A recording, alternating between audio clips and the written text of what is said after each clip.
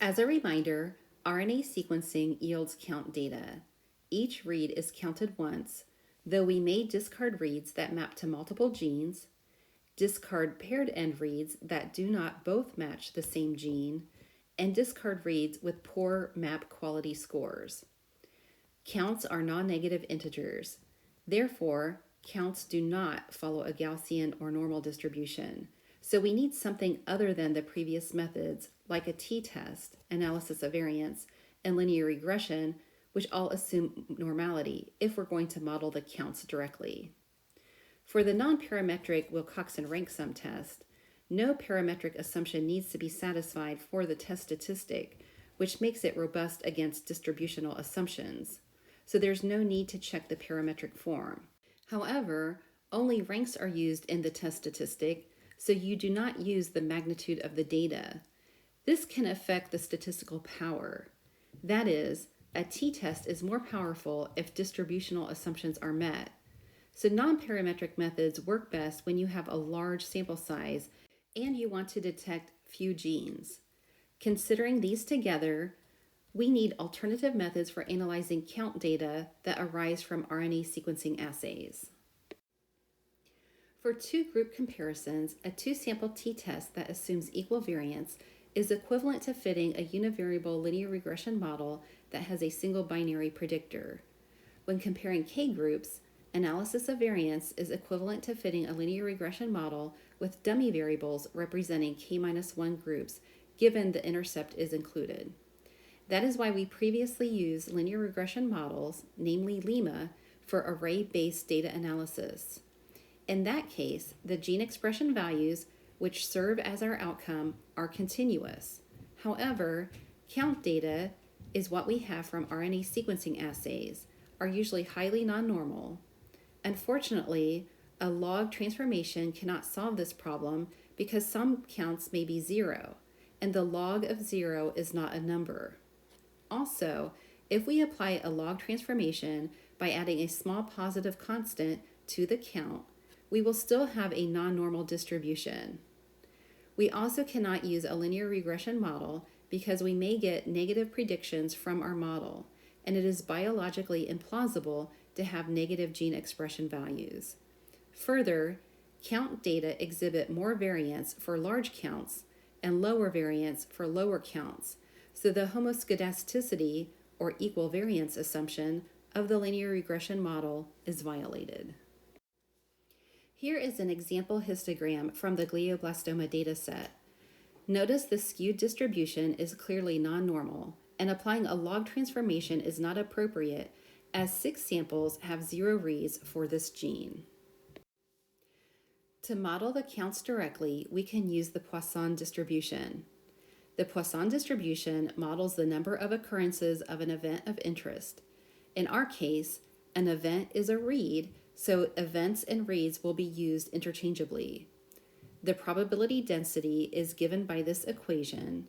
Here, A is the number of events or reads, and mu is the expected number of events. An interesting feature of the Poisson distribution is that the variance is also equal to the mean, mu. Poisson regression has been a standard method for modeling count data. A count response consists of any discrete response of counts, such as reads for a given gene, and the model aims to explain the number of occurrences of an event. In the Poisson regression model, we model the expected number of events for sample I given the predictor x sub I, which again is mu sub I.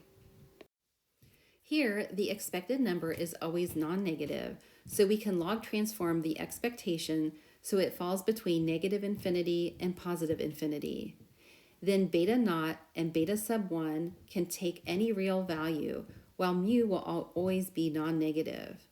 Here, the log of the expected value of y given x is a function of the mean response, so taking the log is the link function, which links the expectation to the linear function. In Poisson regression, we ordinarily consider that the incidence rate is the number of events divided by the total person years of follow-up. In our application, we are sequencing thousands of genes in each sample. When the sequencing depth differs among subjects, we can model the incident rate of the gene reads instead of the count. The incident rate is then the average reads per million per sample. We can model the incident rate for sample I, which is given by lambda sub I. Notice that we can take the log of lambda sub I, and because of this relationship, we can write the log of lambda sub I in this way. We can rearrange the terms to get this model. Here, log of t sub I is an offset. Its coefficient is always 1. That is, you do not estimate a regression coefficient for the offset. Note, here and in most statistical models, log is the natural log. When we log transform gene expression data, we ordinarily use log base 2 transformation. Some more information about offsets. An offset is used in modeling count data to adjust for the different length of follow-up or different number of subjects at risk for the observed counts. In our case, the sequencing depth is the offset, as a sample with more total reads may be expected to have higher reads per gene. Generically, the offset can be thought of as the log of total susceptibles at risk. Some examples outside of RNA sequencing studies include follow-up studies where subjects belong to different groups and the log of subject follow-up time is used as an offset. If an event can happen multiple times for each subject, for example, the number of accidents on a highway, more accidents are likely to be observed over longer stretches of the highway, or if you're observing a stretch of highway over multiple days, you're more likely to observe more accidents. If the study design is not a follow-up design, the log population in each group can be used as an offset. This is similar to our offset, where the population is the total reads per sample. There are 3 model assumptions in Poisson regression. Y, our count response, is assumed to follow a Poisson distribution. We also assume the log of the expected value of y given x is a linear function of x, or in other words, the log of lambda is a linear function of x. Also, we assume the values of y are independent. That is, we have independent samples such that we do not have the same sample hybridized multiple times, nor do we have samples from related subjects. In Poisson regression, beta naught is the value of the linear predictor when all values of the explanatory predictors are equal to 0. You can also interpret beta naught as the log incident rate when all explanatory predictors are equal to 0. Beta 1 is the increase in the log incident rate for a 1-unit increase in x. When counts are collected over a specified period of time or area, we call the counts a rate. So we interpret beta 1 as the log incident rate ratio of the event corresponding to a 1-unit increase in x, because the exponentiated coefficient is interpreted as the incident rate ratio. Let's look at a small example. The first several rows of a small data set called glioma.example are shown here. The patient samples are in rows and the variables are in columns. The first column is reads, which represents RNA-Seq counts for a selected gene. The second column is patient age, and the third column is tissue type, which can be primary tumor, recurrent tumor, or normal tissue. The last column is library size, which is the total number of reads across all genes in each sample. The Poisson regression model can be fit in R using the GLM function, where the syntax is similar to a linear regression model in that the outcome reads is modeled by a covariate, here age. The parameter data is the glioma.example data frame. To fit a Poisson rather than a linear regression model, we specify that the family is Poisson. Here's a portion of the output. Notice that age is significantly associated with this gene's reads. We may be concerned about ensuring that library size is accounted for in this model by including it as an offset.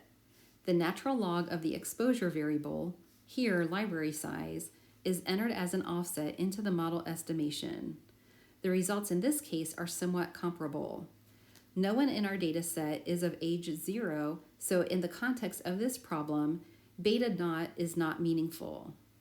Our estimate of beta 1 can be interpreted as the log incident rate of reads for this gene decreases by 0.0038 for a 1-year increase in age. Another interpretation is that the incident rate of reads for this gene is 99.6% that of someone who is 1 year younger. Most often, when the predictor is continuous, such as age, a change of 1 unit is not that interesting. In that case, an interesting change can be used. In our example, perhaps we would be more interested in the interpretation that the incident rate of reads for this gene is 96% that of someone who is 10 years younger. The difference in the log of the expected number of reads is expected to be 0.0038 log reads lower for someone who is 1 year older. If we have multiple groups, we create k-1 dummy variables to include in our model. The null hypothesis is beta naught equals beta 1 equals beta 2, which equals 0, against the alternative hypothesis that at least one of these betas is not equal to 0. When fitting a Poisson regression model with multiple classes, you are likely interested in an overall p-value representing whether there is any difference among the k classes. In that case, we fit the full model and then the reduced model, which excludes the k-1 dummy variables, and then form the likelihood ratio test as -2 times the difference between the log likelihood of the reduced and full models. Under the null hypothesis, this test statistic will follow a chi-square distribution with k-1 degrees of freedom, and that is the difference between the number of parameters estimated in the full and reduced models. In this case, k equals 3, so there are 2 degrees of freedom in our test. We will continue with count regression models, but we'll talk about fitting models when assumptions of the Poisson model are not met. Remember, the first assumption is that the count outcome follows a Poisson distribution. The parameter mu is both the expected value, or average, as well as the variance. This implies a relationship between the mean and the variance, that they are the same. This may not happen in real data applications. Commonly, in real count data, as the expected value increases, the variance also increases. When the variance is larger than the mean, we have overdispersion. This can happen for a number of reasons. There may be heterogeneity in the mean value mu. Let's consider the intercept-only model. The log of the expected value of y, when there are no predictors, is beta naught, and there is no offset. Then mu is the expected value of y, which equals the exponentiated value of beta naught. We assume each y sub I follows the Poisson distribution with parameter mu. There is no heterogeneity in mu because mu is a single value. But if there is some heterogeneity, then y sub I follows a Poisson distribution with a distinct parameter mu sub I. That is, each y sub I has its own mu sub I. Then mu sub I follows some distribution f with mean equal to mu. Then the expectation of y sub I is the expectation of the expected value of y sub I given mu sub I, which is still mu. However, the variance is no longer mu. Instead, the variance is the expectation of the variance conditional on mu sub I plus the variance of the expectation of y sub I. This second term is not 0, but something larger than 0. So if you have heterogeneity in mu, you will have overdispersion. So why does this happen? Perhaps genetic background is so varied that each person has their own mu sub I. Because that is not able to be modeled, we then have overdispersion. Perhaps the model is underfit because of an uncollected important variable. For example, you may have subjects with a variable that was not collected, and so that variable cannot be included in the model even though it is important. For example, half of the subjects have x equals 0 and the others have x equals 1. But if x was not collected, even though it was important, in that case, if you fit an intercept-only model, then you have overdispersion. The effect can be seen in these equations. There is heterogeneity that is not controlled for. How do we solve the problem given that we know it exists? One way is to tolerate the model misspecification by using a robust variance estimator.